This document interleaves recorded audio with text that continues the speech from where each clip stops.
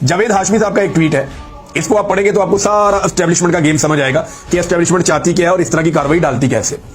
जावेद हाशमी साहब ने यह इंकशाफ किया है कि जो आईएसआई के चीफ थे, उस वक्त कौन थे आईएसआई के चीफ जब 2024 का इलेक्शन हो रहा था, हम सब जानते हैं, नदीम अंजुम साहब। तो वो कहते हैं जो आईएसआई के चीफ थे उन्होंने कहा कि हमारे साथ मिल जाओ, इलेक्शन लड़ो, तुम्हें जितवा भी देंगे।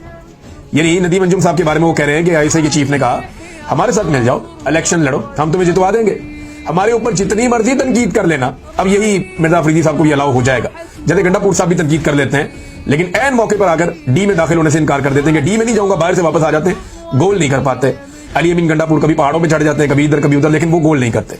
तो तनकीद करने की इजाजत होती है, ऐसी इजाजत और भी बहुत सारे लोगों के पास ये इजाजत रही है, माजी में भी रही है। ख्वाजा आसिफ भी आपको पता है, नवाज शरीफ भी जब डील हो रही थी एस्टेब्लिशमेंट के साथ तो तनकीद भी करते थे साथ। वो कहते नहीं हमारे ऊपर जितनी मर्जी तनकीद कर लेना, ये ऑफर किया गया जावेद हाशमी साहब को, लेकिन जब असेंबली में वोट वगैरह देने का वक्त आए तब हमारी बात मान लेना बस। ये जब वोट डालना होगा, हमने कोई आईनी तरमीम करवानी होगी, अपनी कोई कार्रवाई डालनी होगी, तब आपने हमारे साथ खड़े हो जाना, अदरवाइज हमारे ऊपर जितनी मर्जी तनकीद करते रहना, जैसा एग्जैक्टली एमल वली खान कर रहा है। एमल वली खान क्या करते हैं कि हर कानून साजी में, हर मुश्किल वक्त में एस्टेब्लिशमेंट का पूरा साथ देते हैं। फजल रहमान साहब भी यही करते हैं, और फिर उसके बाद टका के तनकीद करते हैं एस्टेब्लिशमेंट पे। एस्टेब्लिशमेंट हर उस सियासतदान से या सियासी जमात से खुश रहती है जो एस्टेब्लिशमेंट को गालियां दे, लेकिन वक्त आने पर एस्टेब्लिशमेंट का गंदा काम कर दे। यानी आप बुरा भला